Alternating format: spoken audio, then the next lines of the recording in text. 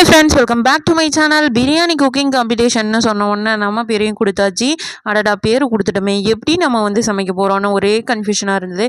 பரவாயில்ல, நம்ம எப்போவும் செய்கிற பிரியாணி தானே பண்ணுவோம் அப்படின்னு ஒரு கான்ஃபிடென்ட்டோடு நம்ம போயிட்டு பண்ண ஆரம்பிச்சிட்டோங்க.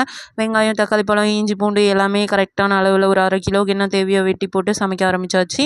நம்மளுக்கு வந்து எப்போவுமே இந்த குக்கரில் சமைச்சே பழக்கமானதுனால இந்த பிரியாணிக்காக இந்த குக்கரை நான் வந்து ஃபேவரட்டாக வச்சுருக்கேன். அதனால் அதுலேயே நான் வந்து செஞ்சுட்டேங்க. ரொம்ப சூப்பராக வந்திருக்கு. நீங்கள் பார்த்துட்ருக்கீங்க. என் திருப்தியாக நான் வந்து பிரியாணி சமைச்சு முடித்தேன்.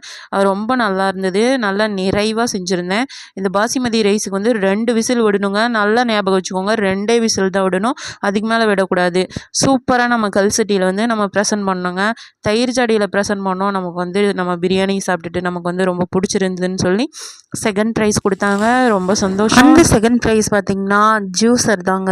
ஜூஸ் போடுற மிக்ஸி தான். ரொம்ப சந்தோஷங்க.